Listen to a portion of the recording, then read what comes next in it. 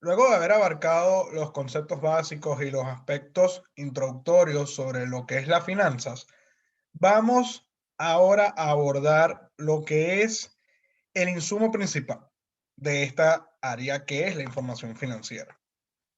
Yo me considero un profesor que honestamente no me gusta lanzarlos al agua sin antes darles los salvavidas. El contexto es fundamental para entender la parte numérica. Entonces, antes de hablar de contabilidad, que va a ser la ciencia que nos va a permitir gestionar la información financiera, me gustaría conversar con ustedes. Yo sé que aquí estoy hablando solo, pero me gustaría que me siguieran la tónica de la conversación sobre lo que es la información financiera en sí y por qué es tan importante dentro de una organización y todos los aspectos que abarca lo que es hacerle llegar esto a las partes interesadas en su debido momento y que sea algo transparente. Estos tópicos son muy sensibles y realmente marcan la diferencia a la hora de tomar decisiones. La información financiera tiene un propósito general y cumple con una serie de objetivos que en pocas palabras son los siguientes. Esta información, valga la redundancia, informa sobre los recursos económicos que tiene la empresa, es decir, los activos y los derechos de los acreedores, aquellos que financian estos recursos y permiten que la empresa pueda operar. Además, informa sobre los efectos de las transacciones, es decir, lo que ocurre en el día a día y otros sucesos económicos. Esta información financiera tiene una utilidad muy relevante para todos los usuarios de interés o stakeholders. Recuerden que esto lo vimos en el tema número uno.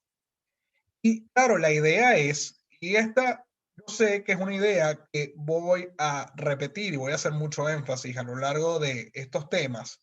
La idea es que estos usuarios sean actuales y potenciales, es decir, cualquier inversionista que realmente no ha contribuido dentro de la empresa, pero le gustaría poder hacerlo. Entonces, claro, también tiene que poder manejar esta información para tomar una decisión sobre el suministro de los recursos hacia la empresa. Recuerden que las personas naturales suelen financiar las operaciones de los negocios y se crea toda esta relación y toda esta interacción en la economía. A mí me parece que antes de aprender a correr, es decir, antes de empezar a hacer contabilidad, antes de empezar a entender lo que es todo este mundo, hay que saber caminar. Y antes de caminar hay que saber gatear. Entonces yo los voy a acompañar a lo largo de todo este proceso. Ok, la información financiera tiene características cualitativas y cuantitativas. Vamos a comenzar primero con los aspectos cualitativos. Hay dos calificaciones. O hablamos de características fundamentales que todo negocio debería tener y hablamos de características de mejora que si un negocio trabaja constantemente en ello va a poder ser mejor todavía. ¿De acuerdo? Se van a dar cuenta de algo. Son términos que uno lo piensa y dice, evidentemente, ¿no? Obvio que tiene que ser relevante, pero se tiene que dejar en papel, se tiene que dejar en escrito y se tiene que entender que efectivamente es fundamental porque la relevancia implica que la información que se presente tiene que ser capaz de influir en la toma de decisiones de los grupos de interés, porque si no, no es necesario tomarlo en cuenta. Recuerden que son decisiones de o invertir, o financiar, o simplemente involucrarse dentro del negocio, velando porque pueda mantenerse sostenible y operativo en el tiempo. Entonces la información financiera tiene que ser relevante e influyente. Se tiene que representar de la manera más fiel posible. ¿A qué me refiero?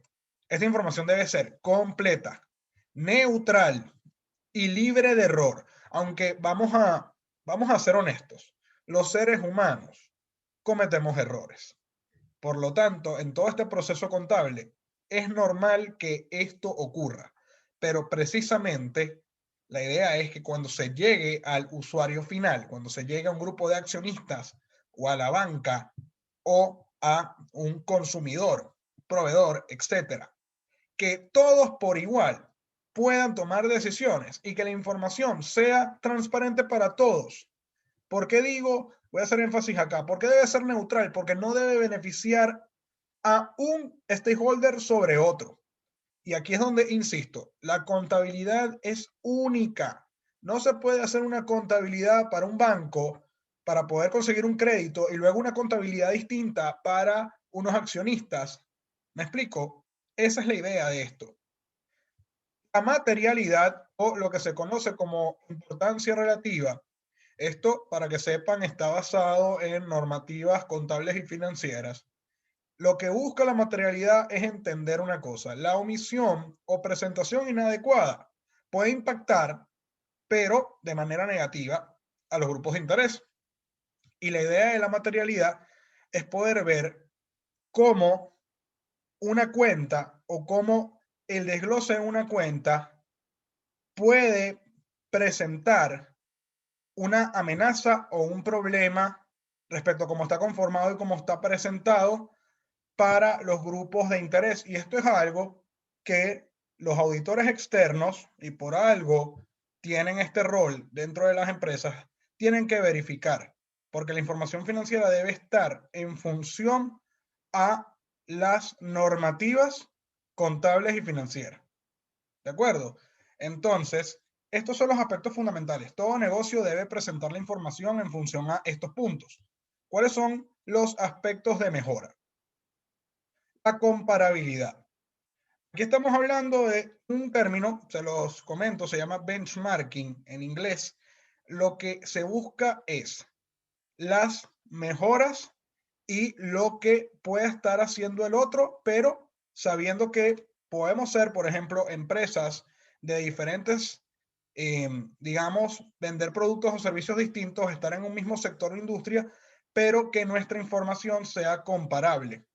Porque como se dice aquí, una entidad, ¿verdad? Si presenta información debe ser comparable con la información similar de otras entidades porque los usuarios de interés pueden tomar decisiones, insisto, de inversión, por ejemplo, pero se debe presentar un riesgo de carácter similar. Esa es la base y esa es la idea cuando se habla de esto. Además de que esto se puede presentar para una empresa en sí misma, es decir, la información financiera del año 2020 se debe comparar o debe ser comparable con la presentada en 2019 o en años anteriores. Puede suceder que se quiera hacer un análisis de la empresa considerando la información financiera de los últimos 2, 3, 5 años y todo debe ser consistente. Creo que esa es la palabra que estoy buscando y creo que es la que es la más adecuada para explicar esto. La verificabilidad en consonancia con la materialidad, implica que diferentes observadores independientes, debidamente informados, como les digo, aquí la profesión, unos contadores públicos pueden dedicarse al área de auditoría y precisamente estos auditores externos, y hay una serie de firmas, las más reconocidas son KPMG, PwC, EY y Deloitte. Pero la idea es que agentes externos, estos observadores, puedan llegar a un acuerdo parcial o completo sobre la representación fiel de la información y puedan emitir un juicio a través de un informe que pueda verificar que la empresa efectivamente está cumpliendo con las normativas y la información es viable para todas las partes interesadas. Es importante también que esta información se le haga llegar a los stakeholders en momentos oportunos para poder tomar una decisión, porque todo puede impactar para bien o para mal. Otros aspectos que podemos revisar son los siguientes. La oportunidad. Fíjense, qué risa, lo acabo de decir, conectando ideas, pero aquí lo recalco. La información tiene que estar disponible, efectivamente. Si hay una junta directiva y no están los estados financieros ya elaborados, auditados y, digamos, listos para poder tomar una decisión, eso va a impactar. Cualquier retraso, aunque se debe informar, puede impactar en la toma de decisiones. Todo tiene que estar a tiempo, seguir un deadline y, claro, esta información debe ser en la medida de lo posible, pública. Y la comprensibilidad, porque estamos hablando de un lenguaje, ya vamos a ver que sí, la contabilidad tiene mucho tecnicismo y ustedes, claro, si leen un estado financiero, que con gusto se los voy a mostrar, de una empresa real, van a poder ver que sí, toda la información tiene que estar, a pesar de todo, o sea, todo el lenguaje y toda la jerga, tiene que estar clasificada, caracterizada y presentada de una manera clara y concisa para que pueda ser, valga la redundancia, comprensible para todos aquellos que tengan una, la palabra que estoy buscando es, tengan una influencia, díganme, por ejemplo, accionistas con una participación considerable, puedan tomar las decisiones más acertadas.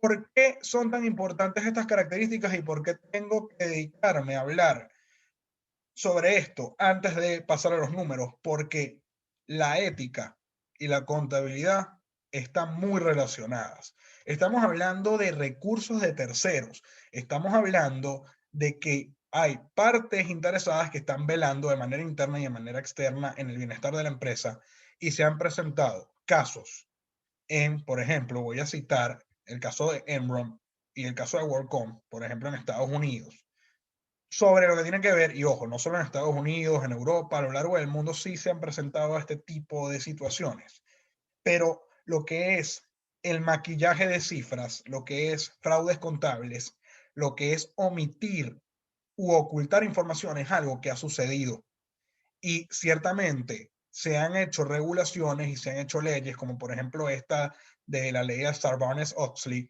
para regular y mejorar los controles internos de las empresas.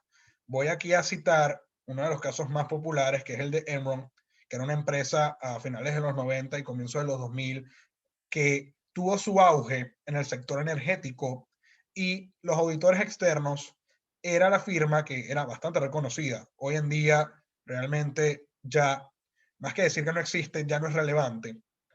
La firma auditoría Arthur Andersen eran los auditores externos de Enron y debían procurar que la información financiera y toda la situación fuese lo más transparente posible y fueron cómplices de corrupción, actos de ocultar información y de presentarla de una manera que era errónea y afectó en la toma de decisiones de los grupos de interés. Y eso no puede ocurrir.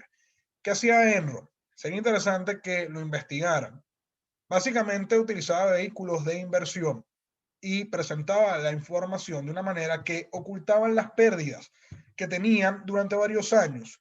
Y claro, esto impactaba para acreedores porque además Enron estaba altamente endeudado y presentaban una imagen que no correspondía con lo que estaba pasando. Entonces decían que generaban caja, que tenían ganancias y realmente no era así. Claro, esto se fue descubriendo y con el tiempo, bueno, imagínense lo que pasó, que quedaron expuestos. Lo mismo pasó con WorldCom sí, creo que esto fue al comienzo de los 2000, finales de los 90 con la burbuja del punto com, todo lo que tiene que ver con empresas o sectores de tecnología o internet. Y más allá de esto, lo que les quiero decir es importante entender que el gerente financiero, los contadores, los auditores, todos los que manejan esta información tienen que ser éticos, tienen que ser transparentes y no tienen que beneficiar a nadie. Y esto ocurre mucho también en el ámbito de los empleados.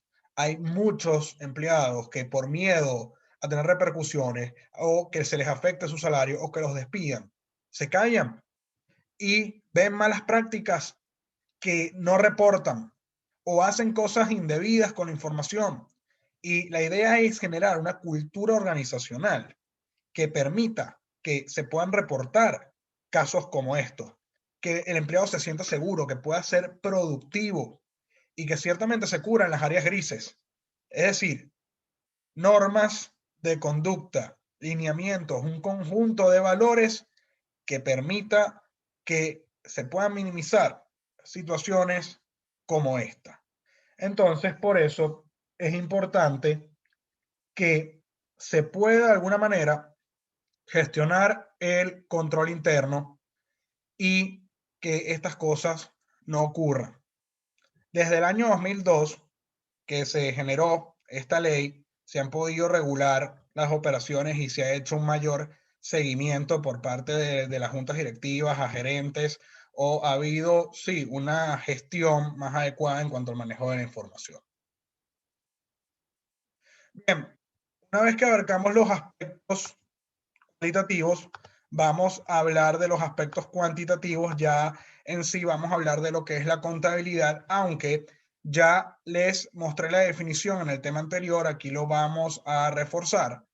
La contabilidad, como les comentaba, es un sistema de información. De hecho, les puedo decir que ya lo que son los libros contables y lo que es el manejo de Excel, aunque depende mucho del tipo de empresa, si es pequeña o grande, y depende del volumen de sus operaciones, pues ya la contabilidad no se hace en papel, se hace a través de sistemas de información gerencial, como por ejemplo SAP.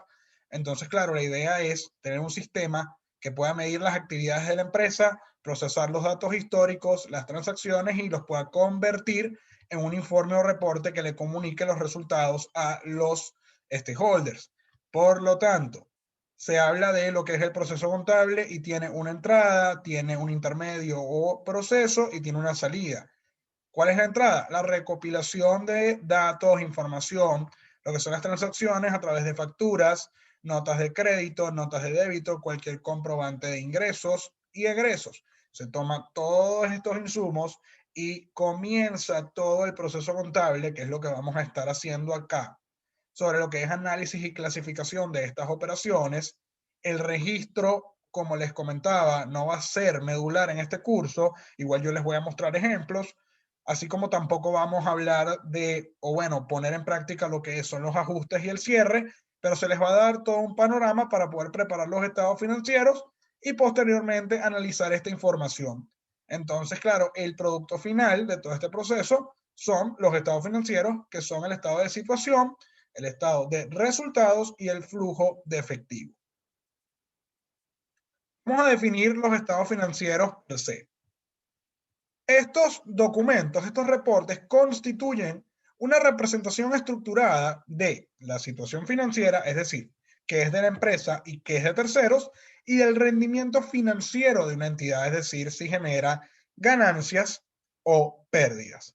El objetivo, van a ver que todo se relaciona, y voy a caer en lo mismo de los estados financieros, es suministrar información nuevamente acerca de situación financiera, rendimiento y flujo de efectivo, que sea útil a una amplia variedad de usuarios, stakeholders. Entonces, claro, estas decisiones económicas se pueden basar en dos aspectos. Internamente se toman estrategias gerenciales a largo plazo para maximizar el valor. Y externamente, cuando hablamos de posibles inversionistas o posibles acreedores, pueden contribuir para las operaciones de la empresa.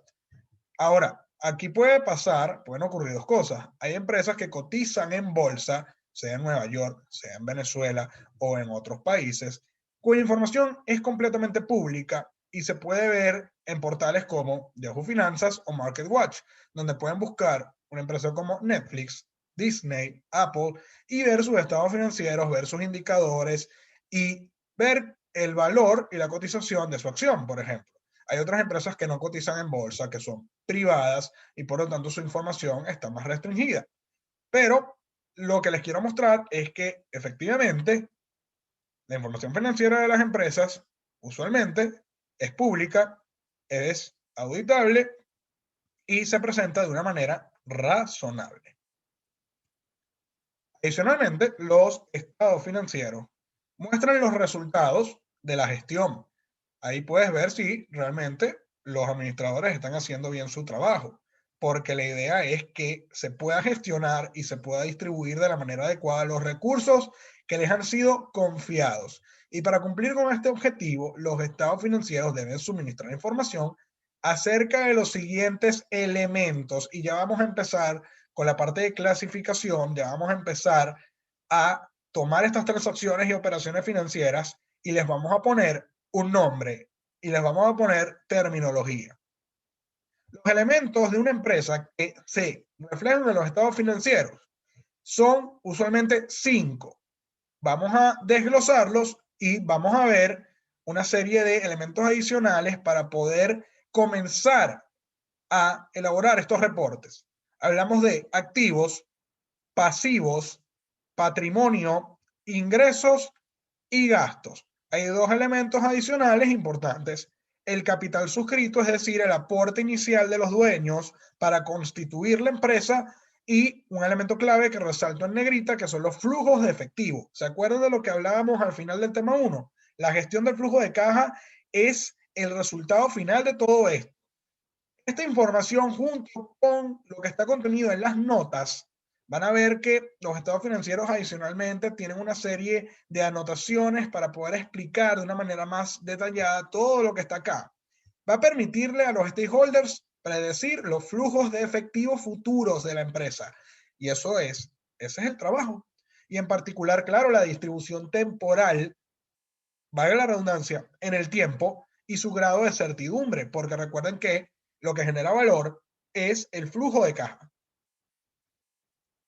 El juego completo de estados financieros que debe presentar una empresa es el siguiente, y nosotros vamos a trabajar específicamente, como les había comentado antes, con estos dos: estado de situación financiera, que anteriormente se conocía como el balance general, y, a ver, esto debería llamarse el estado de resultados, lo puse al revés porque anteriormente se conocía como el estado de ganancias y pérdidas. Ahora, voy a hacer mención de estos últimos tres, pero no va a ser medular para el curso. Entonces, los elementos, ¿dónde se reflejan? En el estado de situación financiera se reflejan activos, inversiones; pasivos, es deuda con terceros; y patrimonio, que tiene que ver con los aportes y los recursos de los accionistas. En el estado de ganancias y pérdida se va a reflejar ingresos, costos y gastos. En el estado de cambios en el patrimonio, que es un desglose de este elemento, se va a detallar las cuentas patrimoniales. Esto es algo más específico. Y en el estado de flujo de efectivo vamos a reclasificar estos elementos en actividades operacionales, actividades de inversión y actividades de financiamiento, para ver cómo se ha movido el efectivo en el tiempo. Y lo que permite complementar toda esta información anterior son las notas de los estados financieros, que esta es la parte, de hecho, a la que más le dedican los auditores, porque tienen que reflejar la información de la manera más completa posible. Por último, para darles una referencia, y cada vez vamos a ser más específicos a medida que vayamos avanzando, les quiero dejar una serie de ejemplos de los elementos de los estados financieros. Tenemos activos, que serían los siguientes: todo lo que tenga que ver con efectivo, dinero a la mano, caja chica, o el dinero que está depositado en las cuentas bancarias. Toda cuenta por cobrar o factura que se tenga pendiente. No se le llama deuda comercial, porque los clientes nos los deben a nosotros. Todo inventario de mercancía, o parte de ello, puede ser un inventario en materia prima, un inventario en proceso o un inventario en producto terminado. Toda propiedad, planta y equipo que se tenga, o activo fijo, se le suele llamar, como por ejemplo terrenos, automóviles, casas, edificios. Toda inversión a largo plazo en instrumentos financieros como acciones y bonos. Activos intangibles que no se puedan tocar, pero que generan valor, como marcas, patentes, plusvalías, o lo que se conoce como crédito comercial. Y claro, aquí les dejo una lista, pero vamos a ir agregando más elementos y lo vamos a ir clasificando a medida que vayamos definiendo mejor qué son activos y cómo se desglosan. Pasivos tiene que ver con deuda con terceros. Ejemplo, cuentas por pagar con proveedores, cualquier gasto acumulado por pagar que esté pendiente, préstamos bancarios, obligaciones financieras, que sería lo contrario a esto, porque si una persona hace una inversión, entonces una empresa debe también estos bonos y estos títulos. Todo lo que tenga que ver con pasivos laborales.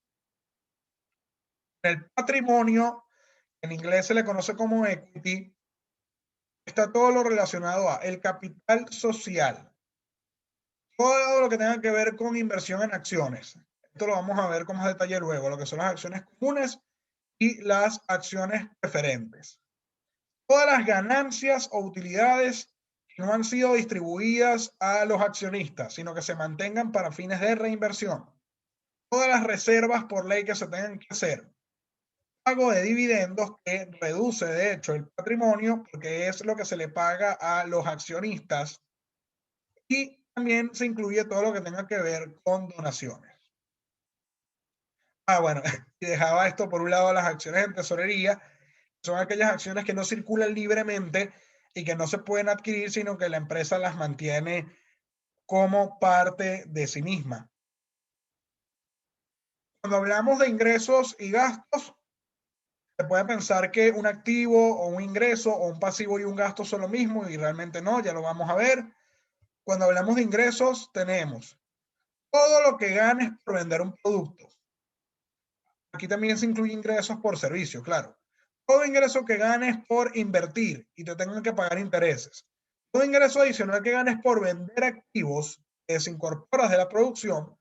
Y si eres un accionista, todos los ingresos que ganas por dividendos. Gastos. Aquí vamos a luego distinguir lo que es costo y gasto, aunque contablemente y según la normativa se clasifican igual como gasto. Todo lo que tenga que ver con insumos y mano de obra, gastos de venta y gastos administrativos, gastos por intereses, si por el otro lado tienes que endeudarte y debes pagar intereses, y todo lo asociado a gastos por sueldos y salarios.